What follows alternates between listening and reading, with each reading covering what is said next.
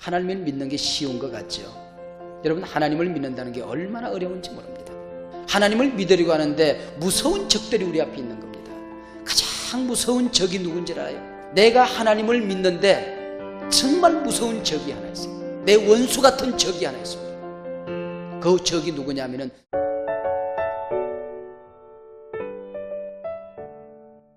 우리 창세기 15장을 공부하려고 생각합니다. 탄광촌에서 오래전에 발간된 시집에 보니까 초등학교 다니는 아이 하나의 시가, 이런 시가 있습니다. 우리 아버지는 탄을 캐신다. 나는 공부를 못하니까 광부가 되겠지. 아버지는 절대로 광부가 되지 말라고 하신다. 거지가 되었으면 되었지. 죽어도 광부는 되지 말라고 하신다. 아버지의 한이 맺혀 있는 철없는 아이에게 아버지의 커다란 절규가 우리 귓전에 들리는 것 같지 않습니까? 죽어도 너는 광부가 되지 말라. 광부인 아버지가 자식에게 주는 메시지였습니다. 오늘 우리가 우리 가족들에게, 내 자식들에게 이렇게 외쳐야 될 절규가 있다고 한다면 너는 죽어도 지옥 가서는 안 된다. 아마 그 얘기 아니겠습니까? 너는 죽어도 지옥 가서는 안 된다. 너는 죽어도 구원은 받아야 된다. 구원 받으면 안 죽으니까 너는 구원 받아야 된다. 아마 우리가 외쳐야 될 것 아닌가 싶습니다. 구원에 대한 여러 가지 다른 단어들이, 다른 별명들이 있습니다. 그 가운데 하나가 오늘 본문에 나오는 신구약 성경 가운데 믿으니 의롭다함을 얻었다. 이신덕의, 이신칭의. 그래서 믿음으로 의롭다함을 얻는다는 교훈이 제일 먼저 나오는 본문이 창세기 15장입니다. 신학교 졸업 시험에 보면 종종 나오는 시험 문제가 구세주를 이 땅에 보내주시겠다고 하는 최초의 성경이 어디에 있습니까? 물은 보통 이사야 뭐 그러는데 그게 아니고 창세기 3장이죠. 창세기 3장. 창세기 3장 15절에 보면 구세주를 보내주시겠다는 첫 번째 약속이 나옵니다. 또 그거와 더불어서 가끔 잘 출제되는 문제가 신구약 성경 가운데 믿음으로 의롭다함을 얻는다는 말씀이 제일 먼저 어디에 나오냐? 그러면 로마서, 그런데 로마서가 아니고 창세기 15장이다 그런 얘기예요. 창세기 15장에 믿음으로 의롭다함을 얻는다라는 말이 나옵니다. 지난 장에 보면 남방과 북왕의 여러 왕들이 전쟁을 합니다. 근데 소돔과 고모라 땅에 있는 왕들이 패해요. 그래서 롯이 종으로 끌려갑니다. 그때 가신 집에 있는 군사들 318명을 이끌고 아브라함이 달려 들어갑니다. 그래서 적군들을 무찌르고 롯을 데리고 오다가 멜기세덱을 만나는 얘기를 우리가 공부한 적이 있습니다. 그때 318명을 데리고 들어가서 적을 무찌르고 조카 롯을 건져왔다. 이 318명 앞에 감탄사를 어떻게 붙여야 될까? 와, 318명. 요게 맞을는지 A 318명. 어느 게 맞아요? 와예요? A예요? 우리 생각하면은 집안에 있는 가신들이 318명이니까 와 318명 이 얘기가 아니란 말이에요. 적군 네 왕들을 무찌르는데 318명을 끌고 가서 적을 무찌르고 조카 롯을 데리고 옵니다. A 318명이에요. 무슨 얘기입니까? 318명이 전쟁을 잘하고 싸움을 잘해서 이겼던 싸움이 아니고 누가 이겼다? 하나님이 이겼다. 하나님의 은혜로 이겼다. 하나님이 도와주셔서 이겼다. 할렐루야. 이 318명의 메시지는 Y에 있는 것이 아니고 A에 있는 겁니다. A 318명 가지고 어떻게? 하나님이 도와주시면, 하나님이 우리와 함께 계시면, 하나님이 우리의 대장이 되시면, 우리가 가진 자원이 부족함에도 불구하고, 우리가 가진 능력과 힘이 모자람에도 불구하고 여전히 우리는 승리할 수 있다. 이 메시지를 우리가 공부하게 되었습니다. 자, 그런데 적을 무찌르고 멋지게 승리를 했는데 오늘 그것이 창세기 15장으로 착 넘어오면서 전혀 14장의 승리와는 다른 메시지가 15장 1절에서 펼쳐지게 됩니다. 15장 1절을 다 같이 보겠습니다. 15장 1절 다 같이 시작. 이후에 여호와의 말씀이 이상 중에 아브라함에게 임하여 가라사대 아브라함아 두려워 말라. 나는 너의 방패요 너의 지극히 큰 상급이니라. 아멘. 아브라함이 굉장히 두려워하고 있었던 것 같아요. 무엇을 두려워하고 있었을까? 여기 보면 너는 두려워 말라 그러고 나는 너의 방패요 너의 지극히 큰 상급이라. 그거 보니까 방패요 하는 거 보니까 금방 우리가 짐작이 갑니다. 적을 무찌렀지만은 적군 연합군들이 함께 군사를 되돌려서 아브라함을 쳐들어올지도 공격할지도 반격할지도 모른다는 두려움이 아브라함에게 있었던 것입니다. 그래서 하나님이 뭐라고 말씀하는 거니? 두려워하지 말라. 내가 너의 방패가 아니냐. 지금까지 내가 너를 지켜주었는데 저 몇몇 왕들로부터 너를 지켜주지 못하겠느냐. 너는 두려워하지 말라. 나는 너의 방패다. 그렇게 말씀하고 있는 것입니다. 아브라함이 적들이 반격해 올지도 모른다는 생각 때문에 몹시 두려워하고 있었던 것 같습니다. 근데 적이 두려워서 아브라함이 죽는다는 것쯤은 언제 죽어도 되는 것이니까 나 하나 죽는 것은 괜찮아요. 근데 아브라함이 못내 무엇을 생각하는 거 아니? 하나님이 내게 자식을 주겠다고 그랬는데 그것도 하늘의 무별과 같은 많은 무수한 자손들을 주시겠다고 약속했는데 내게는 자식이 없단 말이에요. 그러고 나니까 그렇게 되면 하나님이 내게 주셨던 약속은 어디 갔냐 그 얘기입니다. 하나님의 약속은 뭐가 되느냐 그 얘기예요. 그래서 자식이 없다는 것 때문에 자식을 두지 못하고 내가 죽게 되면 하나님의 약속이 나를 통하여 이루어지지 않고 단절될지도 모른다고 하는, 하나님과 내게서 맺어졌던 약속이 파괴될지도 모른다고 하는 두려움이 있었던 것입니다. 그래서 하나님께서 이번에는 아브라함에 뭐라고 말씀하는 거니? 뭐라고 그래요? 나는 너의 상급이니라. 나는 너의 상급이니라. 그러니까 첫 번째 두려움은 적이 공격에 올지도 모른다 하는 생각 때문에 두려워하고 있었던 것 같고, 두 번째는 자식이 없다는 것 때문에 두려워하고 있었던 것입니다. 이 말씀을 듣고 아브라함이 하나님과 몇 마디 대화를 나눈 다음에, 그래요, 하나님이 내 방패시라고 한다면 나는 승리할 수 있을 거예요. 하나님이 내게 상급이 되신다고 하면 내게 자식이 있겠지요. 자식 주실 줄로 믿어요. 이렇게 믿었거든. 그래서 오늘 본문 성경에 보면은 아브라함이 하나님을 믿으니 저를 의로 여기셨다 하는 말씀이 나오게 되는 것입니다. 아브라함이 여호와를 믿으니 여호와께서 이를 그의 의로 여기셨다 하는 말씀이 나오는 것이죠. 불가능한 상황인 줄 알면서 생각해 보세요. 318명의 가신 오합지졸들을 가지고 네 왕의 연합군들을 무찌른다는 것은 도무지 불가능한 일입니다. 그러나 아브라함은 하나님이 지켜주신다고 말씀하셨기 때문에 아브라함은 믿었어요. 자식을 가질 수 있는 상황이 전혀 아님에도 불구하고 하나님이 자식을 주신다고 말씀하셨기 때문에 아브라함은 믿었어요. 이 믿음을 보고 하나님께서 저를 의로 여기셨다, 그렇게 얘기를 했습니다. 믿음으로 의롭다함을 얻는다, 이 말씀은 신구약 성경의 핵심 교리 가운데 하나입니다. 이 말씀에 근거하여 종교개혁이 일어났습니다. 이 말씀을 지키기 위하여 켈빈과 루터와 수많은 종교개혁자들이 생명을 초계와 같이 내어 던졌습니다. 오늘 이 말씀에 의지하여 우리는 구원을 받는 것입니다. 제가 고등학교 다닐 때에 저희 교장 선생님이 참 훌륭한 어른이셨어요. 미국에서 우리 6.25 이후에 우리나라의 미국 유학생 1호로 미국에 유학을 들어갔습니다.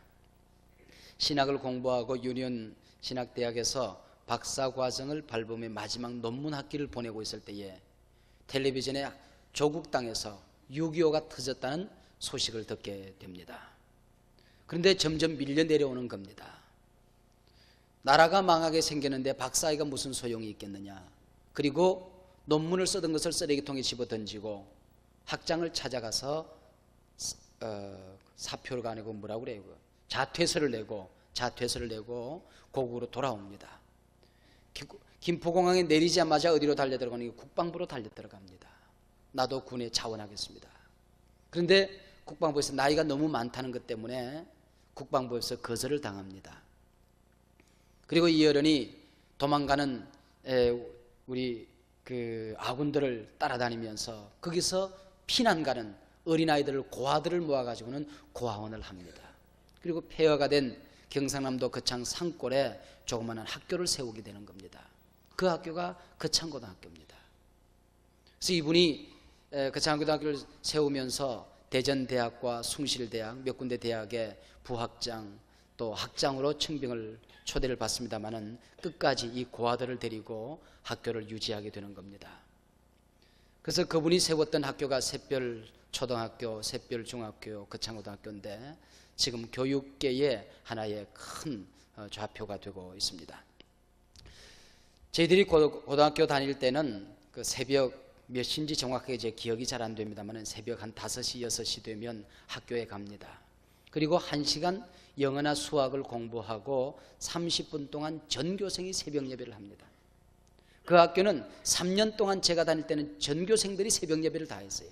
전 학생이 새벽 예배를 합니다. 1시간 공부하고 새벽 예배 30분 합니다. 그리고 1시간 더 수학이나 영어를 공부하고 아침밥을 먹고 제1교시를 공부하게 됩니다. 그러니까 3년 동안 교장 선생님의 설교를 듣는 거예요. 근데 그분의 설교를 3년 동안 듣고 나면 이게 간띠가 부어요. 간띠가 부어가지고 두려운 게 없어집니다. 이게 든든해져요. 하나님이 나와 함께 계시는데 무서울 게 없다는 겁니다. 근데 그분이 하셨던 말씀 가운데에 구약은 처녀가 아기 낳는 얘기고 구약은 할머니가 아기 낳는 얘기고 신약은 처녀가 아기 낳는 얘기다. 그렇게 말씀하세요.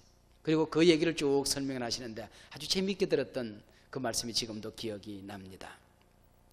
구약은 할머니 사라가 아기 낳을 수 없는 상황이었는데 아기를 낳았다는 거죠. 신약은 처녀가 아기 낳는다는 것은 생물학적으로 과학적으로 불가능한 일이지만 아기를 낳았다는 겁니다. 여기서부터 기독교는 시작이 되어진다고 하는 것이죠. 그렇기 때문에 오늘 본문에 이삭이 이 땅에 태어난다는 것은 예수 그리스도를 통한 내가 도무지 구원받을 수 없는 그런 사람임에도 불구하고 주의 권능으로 주님의 은혜로 구원받는다는 메시지를 오늘 본문이 우리에게 가르쳐 주는 것입니다. 처녀가 아기 낳는 것보다 할머니가 아기 낳는 것보다 내가 구원받았다는 기적이 더 큰 기적입니다. 할렐루야. 이걸 우리가 알아야 돼요. 여러분, 하나님을 이제 믿는, 하나님을 믿으니 의로 여기셨다 그러는데 하나님을 믿는 게 쉬운 것 같죠. 여러분, 하나님을 믿는다는 게 얼마나 어려운지 모릅니다. 하나님을 믿으려고 하는데 무서운 적들이 우리 앞에 있는 겁니다.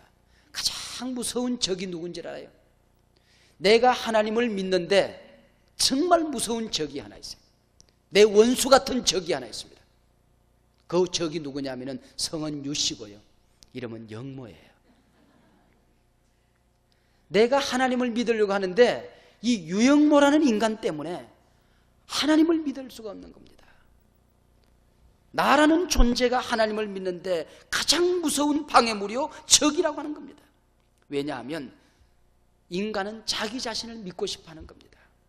자기 공로를, 자기 선행을, 자기 자랑을 믿고 싶어 하는 거예요. 내게도 공로가 있다는 겁니다. 나도 뭔가 할 수 있다는 겁니다. 이게 타락한 인간의 본성입니다. 자기 자신에게 무슨 공로나 있는 것처럼 끊임없이 자기를 바라보고 언제나 우리의 시선을 자신에게 맞추고 살아가고 싶은 것이 우리 인간의 타락한 본성입니다. 그러다 보면 자기 공로가 그 공로대로 인정받지 못한다고 여겨질 때에 대단히 섭섭한 생각이 들게 되는 겁니다. 이 공로의식 때문에 그런 것이죠. 여러분 따라하시기 바랍니다. 우리 가운데 아무도 자격 있는 사람 없다. 어쩌다가 한 사람이 선택이 되어졌으면 그건 하나님의 은혜입니다. 여러분, 사람이 건강하면요, 건강한 사람을 이렇게 만져주면, 건강한 사람을 만져주면 시원합니다, 몸이. 그런데 아픈 상처를 만지면 더 아픈 겁니다.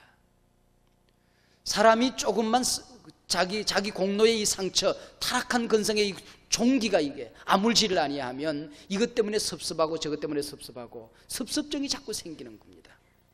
왜? 시선이 자기 자신에게 맞춰져 있기 때문에. 아브라함에게 있어서 자랑할 만한 선행이 없었던 것은 아닙니다. 얼마든지 칭찬할 만한 선행들이 있었습니다. 생각해 보십시다. 창세기 12장에서 갈대아 우르를 하나님의 말씀 한마디 붙들고 떠났다. 본토와 친척과 아비의 집을 송두리째 두고 떠났다. 여러분, 쉬운 일일 것 같습니까? 이게 보통 쉬운 일이 아닙니다. 보통 어려운 일이 아닙니다. 근데 떠났어요. 근데 하나님이 아브라함이 갈대아 우르를 떠날 때의 저를 의로 여기셨다는 말씀이 없어요. 그리고 조카 롯과의 언쟁이 있을 때, 목자들 간에 다툼이 있을 때에 네가 우하면 내가 좌하고 네가 좌하면 내가 우하겠다. 얼마나 아름다운 덕목입니까? 이 양보하는 아브라함의 아름다운 우리가 특성을 볼 수 있습니다. 그런데 이 상황 속에서 아브라함이 하나님으로부터 의롭다함을 얻었다, 이런 말씀이 없어요. 그리고 지난장 창세기 14장 여러 왕들과의 전쟁에서 318명의 가신을 이끌고 달려들어가서 조카 롯을 데리고 들어옵니다. 이것은 생명을 건 모험이었습니다. 자기 조카를 구하기 위해서 자기 생명을 걸고 달려들어가는 것입니다. 그럼에도 불구하고 하나님이 저를 의롭다고 말씀하지 않았습니다. 그리고 돌아오는 길에 누구를 만납니까? 멜기세덱을 만납니다. 이 멜기세덱을 척 보는 순간 하나님의 사자인 걸 알게 됩니다. 그가 하나님임을 알게 되는 것입니다. 그리고 앞에 11조를 내려놓고 그 앞에 무릎을 꿇게 되는 것입니다. 여러분이 얼마나 맑은 영성입니까? 여러분, 하나님이 턱 나타나셨을 때에 하나님을 알아본다는 게 보통 영성이 아니거든요. 하나님을 척 알아봤어요. 멜기세덱을 그냥 알아봅니다. 그럼에도 불구하고 네가 나를 알아보았으니 내가 너를 의롭다고 말해주마, 그러지 않았어요. 오직 오늘 본문에 보면 하나님을 믿었어요. 하나님의 능력을 믿었어요. 하나님의 인격을 믿었어요. 하나님의 말씀을 믿었어요. 하나님이 구원하시는 은총을 믿었어요. 그랬더니 의롭다고 일컬어 주셨던 것입니다.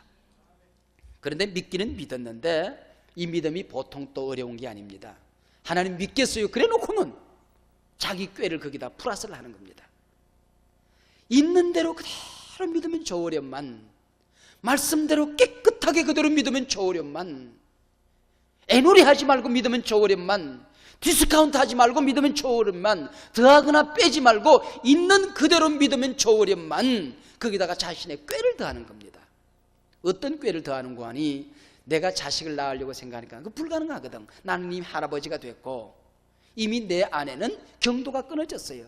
아기 가질 수 없잖아요. 그래서 엘리에셀이라는 젊은 종이 있었는데 아주 신실하고 잘생기고 똑똑하고 마음에 들어요. 그래서 하나님께 뭐라고 말씀드리는 거 아니, 하나님 우리 집에 엘리에셀이라는 종이 있는데 이 아들을 내 아들로 삼으면 하나님이 주신 아들이 되지 않겠습니까? 하나님 이 아들을 내가, 이 종을 내 아들로 삼겠습니다. 그랬더니 하나님이 너 아니다. 그 아들을 통하여, 그 종을 통하여 네 아들 주겠다는 얘기가 아니다. 그리고 나서 하나님이 떠나갑니다. 그리고 둘이서 이제 할머니와 앉아서, 사라 할머니와 아브라함 할아버지가 앉아가지고 의논을 하는 거예요. 여보, 하나님도 모르는 게 하나 있는가 보. 당신이나 내나 이제 아기 낳을 수 있는 상황이 아니지 않소. 그러나 나는 늙었지만 그래도 아기는 낳을 수 있을 것 같은데 당신은 도무지 불가능해. 이거 어떻게 좋소? 그랬더니 사라가 이제 꾀를 내는 겁니다. 나한테 종이 있는데 젊은 하갈이 있지 않느냐고. 하갈을 당신 침실에 내가 들여보내 줄 테니까 하갈로부터 아이를 낳게 되면 그 아이가 당신의 씨에서 태어난 아들이니까 당신의 아들이고 내 아들 안 되겠느냐고. 그러니까 아브라함이 무릎을 탁 치면서 역시 할망구는 할망구라고. 어디서 그런 꾀가 나왔느냐고. 하나님이 그런 뜻이, 깊은 뜻이 있는 걸 몰랐다고. 그렇게 하자고. 그래서 아기를 덜컥 하나 낳네. 그 아들이 이스마엘이에요. 근데 하나님은 아니라는 겁니다. 그 아들을 통하여 너에게 하늘의 무별처럼 자식을 주겠다는 얘기가 아니고, 자식을 가질 수 있는 상황이 아닌데도 불구하고, 자식을 가질 수 있는 확률이 0%임에도 불구하고, 도무지 불가능임에도 불구하고 사라를 통하여 자식을 주시겠다는 것입니다. 너희들이 자식을 가질 수 있는 상황이 아님에도 불구하고 자식을 가짐으로 말미암아 너희들이 얻은 자식이 아니고 너희들이 만든 자식이 아니고 하나님이 전폭적인 주도권을 가지고 오직 하나님의 권능에 의하여 주어진 아들임을 너희들이 믿게 하겠다고 하는 것입니다.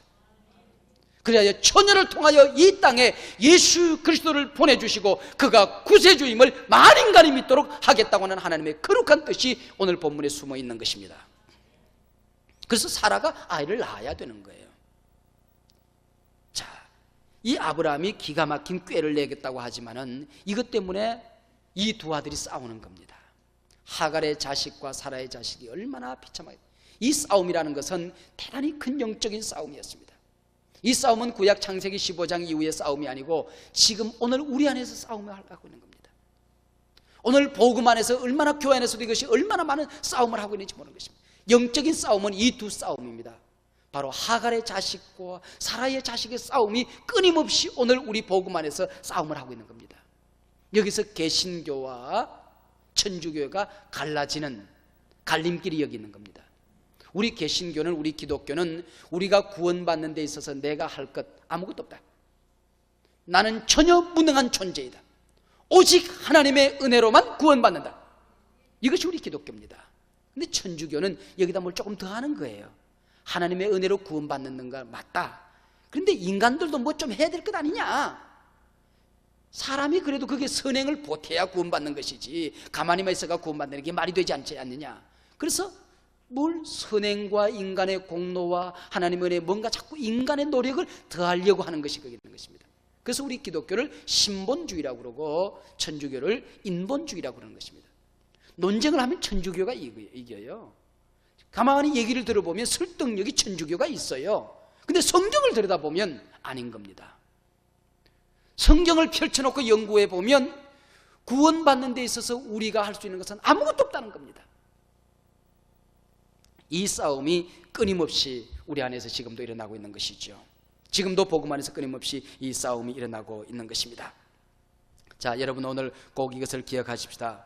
구원받는 데 있어서 내가 할 것 아무것도 없다. 여러분 은혜로 구원받습니까? 믿음으로 구원받습니까? 은혜로 구원받아요? 믿음으로 구원받아요? 이걸 잘 아셔야 돼요. 근데 왜 내가 묻느냐 하면 믿음으로 구원받는다 그러니까 믿음이 공로가 되어서 구원받는 거로 생각한단 말이에요. 그게 아니라고 하는 겁니다. 믿음조차도 공로가 될 수 없는 거예요.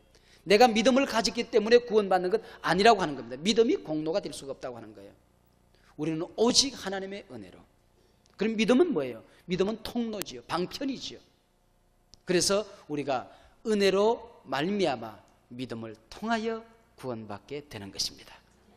한번 따라하시기 바랍니다. 은혜로 말미암아 믿음을 통하여. 믿음은 뭐예요? 그럼 방편이죠, 통로죠. 우리는 하나님의 은혜 외에는 어떤 길도 구원받을 수 있는 길이 없는 거예요. 하나님의 은혜가 내게 내려오는 관이 하나 있는데, 통로가 하나 있는데, 길이 하나가 있는데 그게 바로 믿음이라고 하는 것입니다. 하나님의 은혜가 전제되지 아니하면 어떤 세상의 믿음도 우리가 구원받을 수 있는 공로가 될 수 없다. 이것을 오늘 본문이 우리에게 말씀하고 있는 것입니다. 전도 폭발을 우리가 공부하다 보면 왕과 거지의 얘기를 하지 않습니까? 한 마을에 하도 가난한 사람들이 있어서 임금이 그 마을 사람들에게 금덩이를 하나씩 주기로 했더랍니다. 마을 사람들이 손을 쭉 써서요. 손을 내밀면 누구나 금을 준다고 얘기를 했습니다. 근데 한 거지 소년이 손에 때가 묻어 있고 아주 내 손은 뭐 작고 조그마하고 보잘것없는데도 남루한 옷을 입었는데도 불구하고 임금님이 금을 줄까? 손을 내밀면 준다고 했길래 손을 내밀었더니 더 큰 금덩이를 소중하게 거지 소년의 손에다가 금을 주었다 하는 얘기입니다. 임금이 손금 보고 금덩이를 준 게 아니라는 것이죠. 손에 있는 향수 냄새를 맡아보고 금덩이를 준 게 아니라고 하는 것이죠. 손가락 크기를 재어보고 5cm 이상 되는 놈만 주겠다 그러지 않았다 그런 얘기예요. 누구든지 손을 내밀면 임금이 금을 주셨듯이 내가 어릴 때에, 철없을 때에, 나는 신앙을 잘 모를 때에, 성경을 잘 모를 때에 누구든지 믿기만 하면, 예수를 그리스도로 고백하기만 하면, 영접하기만 하면 구원받는다고 그래서 주님 앞에, 주님, 나는 주님을 믿기를 원해요. 찾아오셔서 나를 다스려 주세요. 내 임금이 되어주세요. 내 구세주가 되어주세요. 손을 내밀었더니 주님이 내게 구원을 주셨습니다. 여러분도 주님을 그리스도로 고백하고 구원받으신 줄로 믿습니다. 이 믿음이 바로 은혜가, 하나님의 엄청난 은혜가 내게 내려오는 통로가 되는 것입니다. 그러면 선행하지 말라는 얘기인가? 착한 일 하지 말라는 얘기인가? 헌금하고 전도하고 선교하고 하지 말라는 얘기가 그게 아닌 겁니다. 우리가 구원받은 존재이기 때문에 이제는 선을 행할 수밖에 없는 우리 존재론적인 변화가 우리 가운데서 일어나게 되는 것입니다. 자, 의롭다함을 얻었을 때에 어떤 변화가 일어나게 되는 것인가 하는 것입니다. 자, 여러분 창세기 15장 6절 7절 다 같이 읽겠습니다. 15장 6절 7절 다 같이 시작. 아브라함이 여호와를 믿으니 여호와께서 이를 그의 의로 여기시고 또 그에게 이르시되 나는 이 땅을 내게 주어 업을 삼게 하려고 너를 갈대아 우리에서 이끌어낸 여호와로라. 자 보세요. 아브라함이 갈대아 우르를 떠났다는 것, 이거 굉장한 사건이었죠. 여기서부터 믿음의 역사가 시작이 되어지는 것입니다. 여기서부터 선민의 역사가 시작이 되어지는 것입니다. 여기서부터 구원받은 하나님 나라 백성들의 역사가 여기서부터 시작이 되어지는 것입니다. 얼마나 엄청난 사건이었습니까? 그래서 창세기 12장은 엄청난 사건이 있는 인류 역사상 가장 위대한 사건 중에 하나가 창세기 12장의 사건입니다. 아브라함이 갈대아 우르를 떠났다. 그런데 오늘 본문은 아브라함이 갈대아 우르를 떠났다고 얘기를 하지 않는다고 하는 것입니다. 아브라함이 네가 갈대아 우르를 떠났구나 그렇게 말씀하지 않고 있어요. 누가? 우리 15장 7절을 잘 보면 너를 갈대아 우르에서 이끌어낸 여호와로라. 할렐루야. 네가 떠난 것이 아니고 내가 이끌어냈다. 이것이 바로 오늘 본문이 우리에게 주시고자 하는 메시지입니다. 네가 떠난 게 아니라고 하는 것입니다. 무슨 얘기입니까? 하나님이 하셨습니다. 하나님이 선택하셨습니다. 하나님이 이루십니다. 하나님이 이루실 것입니다. 하나님이 시작하셨습니다. 하나님이 완성하실 것입니다. 하나님이 우리에게 구원의 씨를 심어주셨습니다. 반드시 열매를 거두어야 말 것입니다. 여기에 하나님이 하시기 때문에 우리의 구원은 실패하지 않습니다. 하나님의 구원 역사는 절대로 실패하지 않습니다. 믿으시기를 바랍니다. 내가 하나님을 붙들었다고 하면, 내가 갈대아 우르를 떠났다고 하면 나는 하나님을 놓치고야 말 것입니다.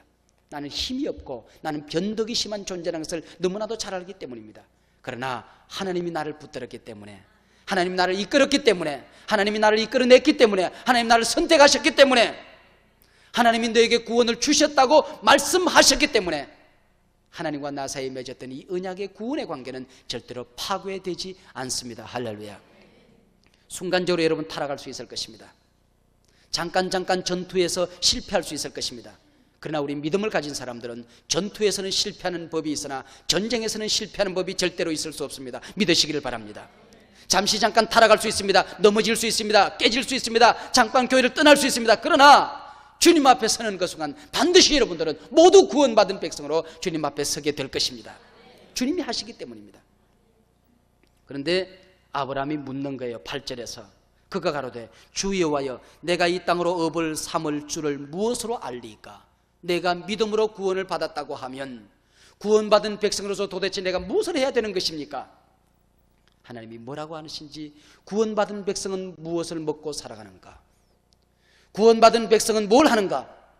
구원받은 백성은 밥 먹을 때 기도하는가? 구원받은 백성은 밖에 나가서 구제하는가? 구원받은 백성은 뭘 하는 게 구원받은 백성의 가장 뚜렷한 표징이란 말인가? 하나님, 내가 믿음으로 구원받았던 것 이제 내가 믿겠어요. 그대로 받아들이겠어요. 하나님이 하셨어요. 내가 한 것 아니에요. 갈대아 우르 떠난 것 하나님 나를 이끌어내신 거예요. 그러면 나는 도대체 뭘 해야 되는 거죠? 하나님이 대답하십니다. 우리 9절 말씀을 다 같이 읽겠습니다. 9절 말씀 다 같이 시작.